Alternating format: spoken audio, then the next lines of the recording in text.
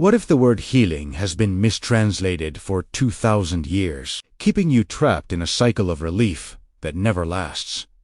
Jesus did not remove symptoms. Jesus reached into the place where the wound began, and he did not use one word for every wound. He used different words, different vibrations, for different kinds of brokenness. To a dying girl, he said one phrase. To a man who could not hear, he said another. And to the soul itself, scattered by grief and shame, he spoke a word that meant far more than peace, shlama. This is not a story about broken bodies being fixed. This is a story about broken souls being gathered, one sacred sound at a time. By the end of this teaching, you will understand why the exact word and the exact vibration behind it was never chosen by accident. Before we go further, you should know something most people are never told. For nearly 2,000 years, the Church controlled which teachings of Jesus reached the public, and which ones stayed buried in silence. In 1945, in the Egyptian desert near Nag Hammadi, a farmer digging for fertilizer uncovered a sealed clay jar containing ancient scrolls. Hidden since the 4th century by monks who feared their destruction, inside were Gnostic Gospels' direct unfiltered records of Jesus' teachings, written in the language his first followers actually used at home, in tea fields, at the bedsides of the sick. Among those pages were healing words preserved exactly as they were spoken, long before centuries of translation softened their power into something gentler, safer, and far less specific. What those scrolls confirmed is something modern readers rarely stop to consider. Jesus did not speak Hebrew in the temples or Greek in the marketplaces when he healed the suffering. He spoke Aramaic, the language of home, of intimacy, of the body itself.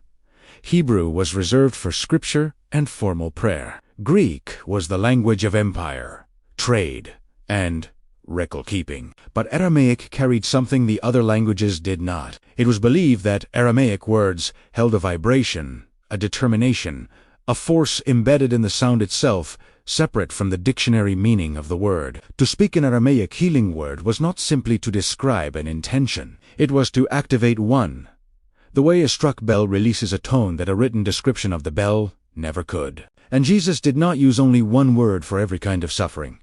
This is something almost never taught. When a dying child needed to rise, he spoke one specific phrase. Talitha cum, little girl, arise, recorded in the Gospel of Mark, chapter 5.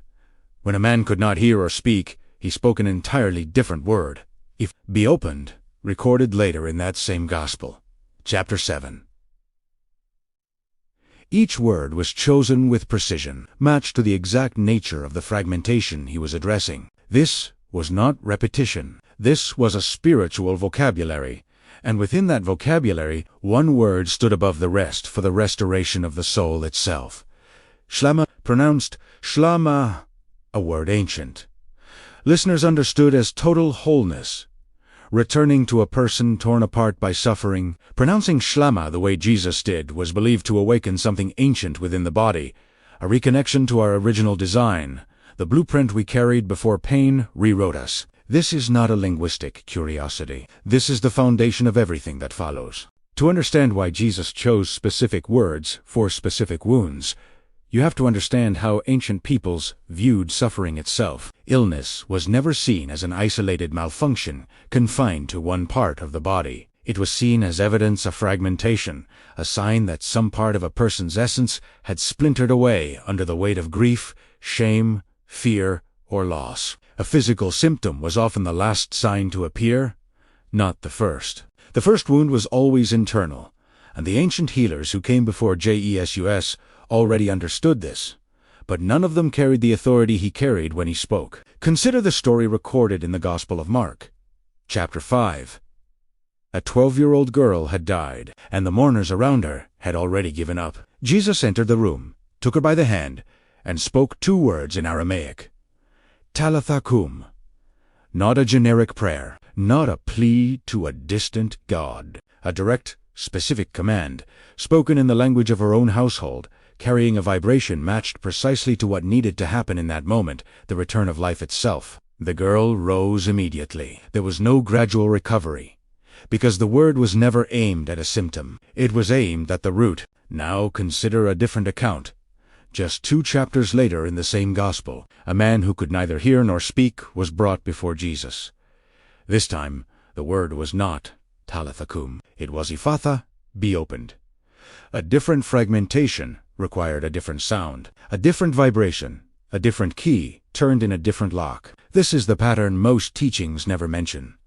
Jesus was not repeating a single formula. He was fluent in a language of restoration, choosing the exact word, the exact wound required. Think about your own life for a moment. How many times have you tried to fix an outcome, a relationship, a habit, a persistent ache in your chest, without ever asking what scattered you in the first place, or what specific word your own fragmentation is waiting to hear? Modern life teaches us to chase symptoms. Shlama was never meant to be a one-time miracle reserved for the crowds who gathered 2,000 years ago. It was meant to be a pattern, a spiritual technology available to anyone willing to understand not just the word, but the precision behind it. There is a reason this teaching was hidden for so long, and a reason it resurfaced when it did. What you are about to discover next is not just how Shlama was spoken.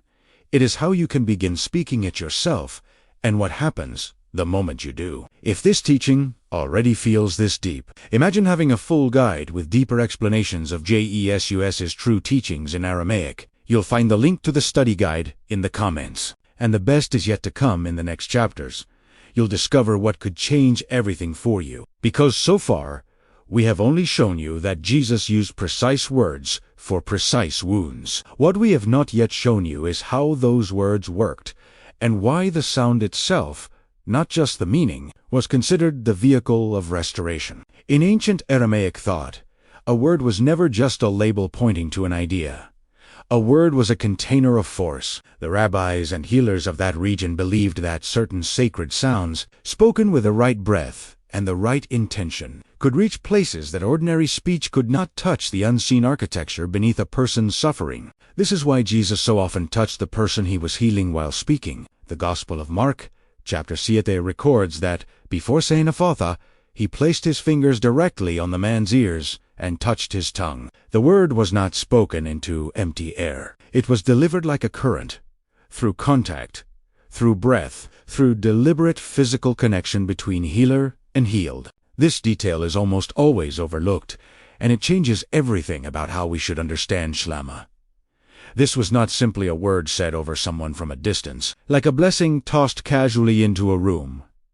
It required presence. It required the healer to be fully with the person, breath meeting breath, before the sound was released. Ancient listeners understood Shlama as something that moved through the body, the way warmth moves through cold hands. El Nir, a fire, not instantly from a distance, but gradually and completely, once true contact was made. This is also why Shlama was never translated simply as peace in the way we casually use that word today, wishing someone a peaceful day or a peaceful mind. The Hebrew root behind it, shalom, carried the same deeper meaning long before Jesus spoke it in Aramaic completeness. Nothing missing, nothing broken. Every piece accounted for and returned to its place. When Jesus offered Shlama, he was not offering calm. He was offering an inventory of the soul, completed and whole. There is something else ancient texts reveal, something we will unpack fully in a later chapter of this teaching. The scrolls found near Nag Hammadi describe Shlama, not just as a word spoken by Jesus to others, but as a state he carried within himself at all times, a wholeness so complete that suffering could not fragment him the way it fragments us. And if that wholeness could be carried, that means it could also be learned. That means it could also be practiced. This is the thread we will follow all the way to the final chapter of this video, where you will learn exactly how. For now, hold this truth close. Jesus did not simply say a word over broken people. He became present with them, breath to breath, before the sound of restoration was ever spoken. If Shlama required presence, breath, and contact to take root, then it should come as no surprise that Jesus rarely healed in isolation, surrounded only by silence. The Gospels describe crowded rooms, dust-covered streets, mothers pressing forward with sick children, all while Jesus remained deliberate, unhurried, fully present with whoever stood before him in that exact moment. This is a detail modern readers often miss because we imagine ancient healing as something instant and effortless. It was neither instant in feeling nor effortless in practice. It required a particular kind of attention that most of us have lost entirely in a world of constant distraction. Think about the last time you tried to comfort someone in pain while also checking a notification, half listening, already thinking about what you needed to do next. Now, imagine the opposite. Imagine someone giving you their entire presence, their full breath, their complete attention, before speaking even a single word to you. That is, the environment shlama required to take effect, not magic performed at a distance, restoration delivered through undivided presence. This is why ancient Aramaic healing traditions placed such enormous weight on the posture of the healer before the word was ever spoken. Breath was slowed. Intention was gathered. The healer's own inner state needed to reflect some measure of the wholeness they intended to offer, because a fragmented healer, rushed and scattered, could not convincingly speak a word of complete restoration to another person. This principle appears again and again throughout the Gnostic texts recovered in 1945, which describe Jesus withdrawing to quiet places specifically to gather himself before returning to heal the crowds waiting for him. Right now, you might be asking yourself, why am I only discovering this truth now? Don't worry, we thought about that. We're here to help you go deeper with a guide made for this journey. The link is in the comments. We promised you the deeper revelation, and they're right, is the Gnostic texts recovered near Nag Hammadi in 1945 describe something that never made it into the version of Christianity most of us were taught in childhood. They describe shlama not as a gift Jesus handed out occasionally, but as a permanent state he carried within his own being, a wholeness so complete that no wound, no betrayal, no loss could fracture it. This is the piece most sermons never mention, and it changes everything about how we should understand his healing. If shlama was simply something Jesus possessed and others did not, his story would be inspiring but distant, a miracle we could admire but never access ourselves. But the ancient texts suggest something far more radical. They suggest that shlama was not exclusive to Jesus.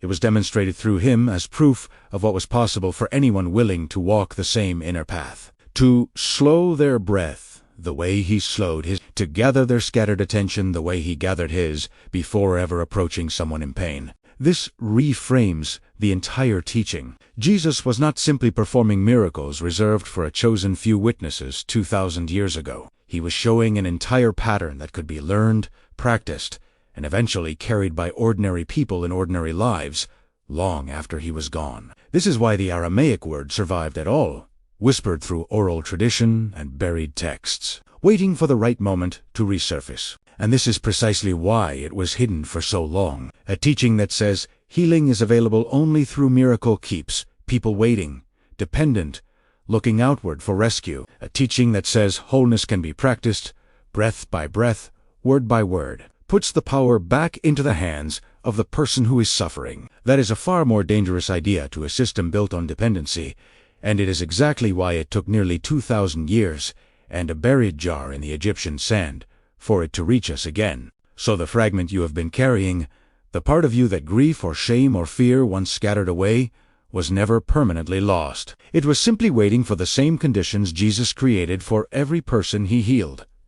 Presence, breath, a word spoken with complete intention. And that is exactly what we are going to give you now in the final chapter of this teaching, so you can begin speaking shlama over your own life starting today. We are just scratching the surface of this ancient power. Get ready, because in our next video, I will reveal even deeper Aramaic codes that unlock spiritual authority you've never imagined. Make sure you are subscribed and have notifications turned on so you don't miss this unfolding revelation. Here is the transformation protocol, the practice Jesus demonstrated but rarely explained in words, because it was meant to be lived, not lectured. This is simple enough to begin tonight. Each morning before you check a single notification or speak a single word to another person, sit in stillness for 2 minutes. Slow your breath the way Jesus withdrew to quiet places before healing the crowds. On the third breath, speak the word shlama aloud, softly, the way it was meant to be spoken, not rushed, not performed, but offered with full presence to yourself, the way Jesus offered it to others. Place a hand over your chest as you say it, the same physical contact he used with those he healed, because presence was never only spoken, it was felt through touch. Repeat this 3 times, once in the morning, once at midday when scattered thoughts pull you away from yourself, and once before sleep, closing the day the way it began, gathered rather than fragmented. Over time, this is not a prayer, said once and forgotten. It is a daily reunification, a practice of calling the scattered pieces of yourself home, breath by breath, the same way Jesus called wholeness into every person who stood before him with full presence. Just a quick reminder, the transformation guides for a fuller life are waiting for you, right there in the comments. Before you leave, if this message touched your heart or brought new understanding into your life, WRITE, the word restoration in the comments below. Your testimony may encourage someone else who is seeking healing and renewal. Thank you for sharing this moment of ancient wisdom with us. Until the next revelation, walk in peace, walk in freedom, and walk in the power of